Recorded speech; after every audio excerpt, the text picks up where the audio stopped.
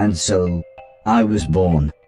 The first people I remember seeing were the old man, the old lady, and their daughter, Heather. After they'd said hello, the old man powered me down so he could install some software. I could tell they were nice people. The old man didn't give me a silly voice or stupid personality.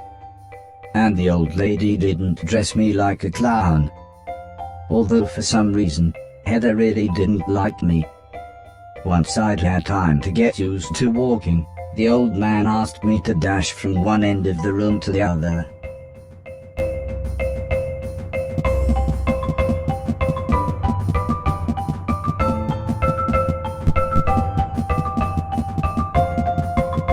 Next, the old man spent a couple of hours building some wooden platforms. He said he wanted me to jump up them, but I must admit, I was scared. It wasn't until I saw Heather and her mother happily climbing up them that I decided it might be okay.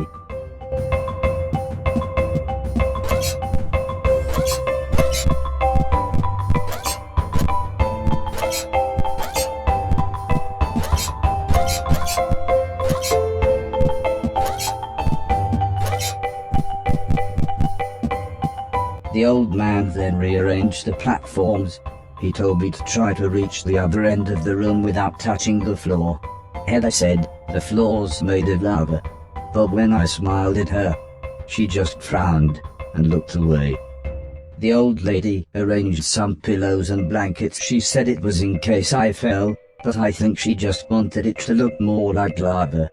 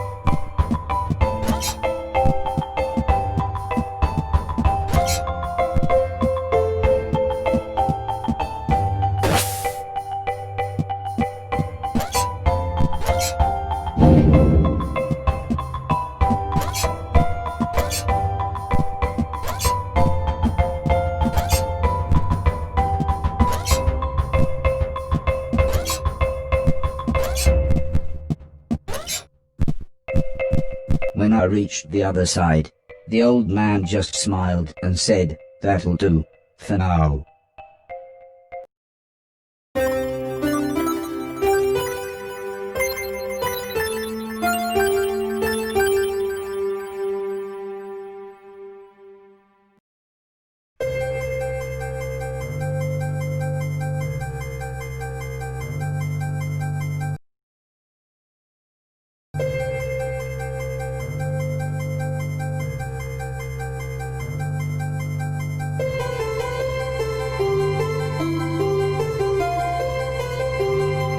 A couple of days after those first lessons, the family had a big meal, and I was introduced to everyone else. The professor was the old man's brother. He was very quiet, and always seemed to just kind of stare at me. He had lived with the old man for 5 years. The house was so huge they barely saw each other. He preferred instead to stay in his room, leaving everything up to his butler, Mr. Deck, as he insisted everyone call him, although the professor always called him Anton. For a while, he called me the yellow bastard, but the old man made him stop, as he thought it sounded racist. Mr. Silton was the old man's driver. Before he worked here, he'd gotten in with some bad people and was the driver in a post office robbery, although it all went wrong for some reason. Mr. Silton showed me a video of his band. I'm sure some people must like it, but I just found it terrifying. Then there was Alice. She was the cook. She was a nice old lady. When she was younger, she had been a TV chef. Then, years later, she had a small part in Coronation Street. Mr. Silton said, before she worked for the old man, Alice was quite a hoarder. She kept old newspapers and bicycles, and something about a poo in a shoebox. The next morning, the old man gathered everyone together to show them what I was capable of. "What else does he do?" asked Mr. Silton. The old man smiled. "He can help around the house." "Could he help me with my newspaper collecting?" asked Alice.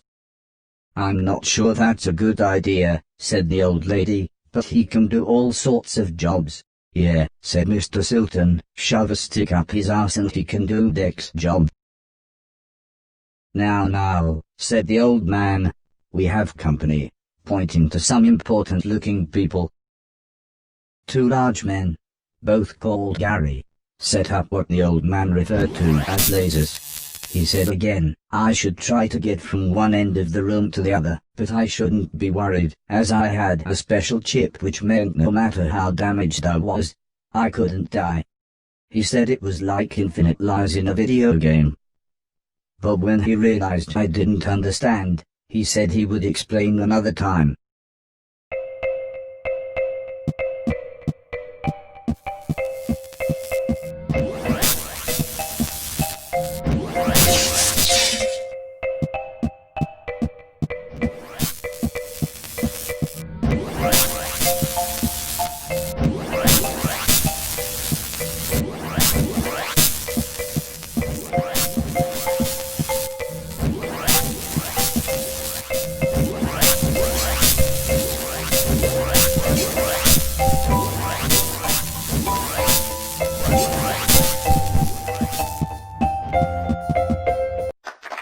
Everybody clapped, except the important-looking men.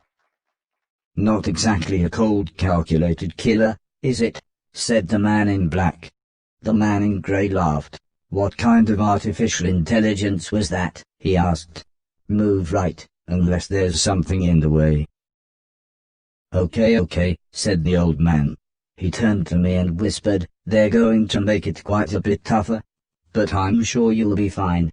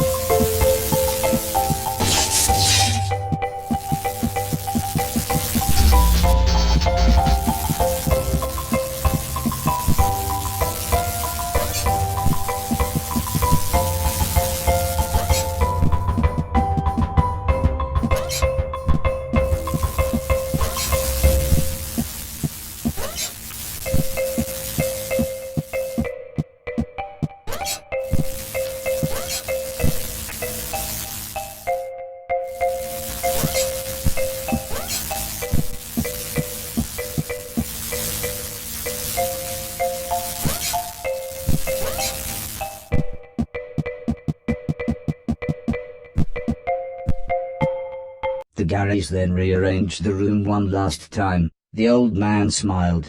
Now, there's no need to look so glum," he said. "I'm still happy with everything you've done today. So this time, I was determined to do him proud."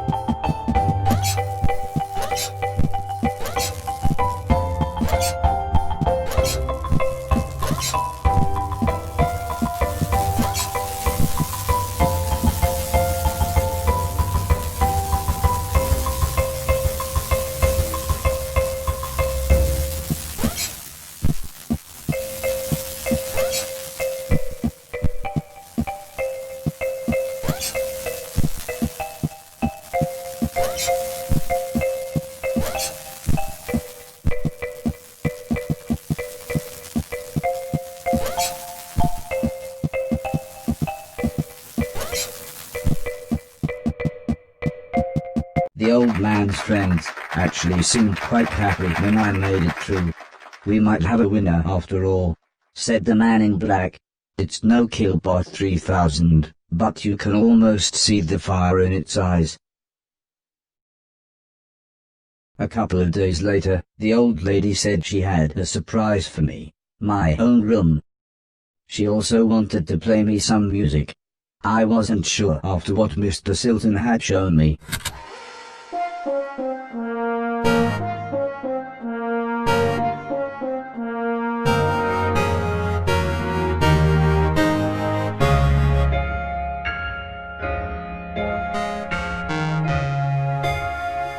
As if music wasn't amazing enough, the old lady then bought me a television set. I couldn't believe what I saw. I watched everything I could.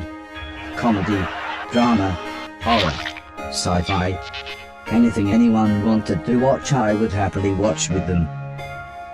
Then one day, the old man set up a small box. He plugged some cables into the television and said, "This is what I meant when I said video games."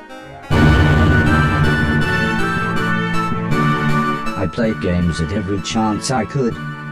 I took on everyone. I was unstoppable. I had enjoyed music, film, and television. But to me, video games really were the highest art form.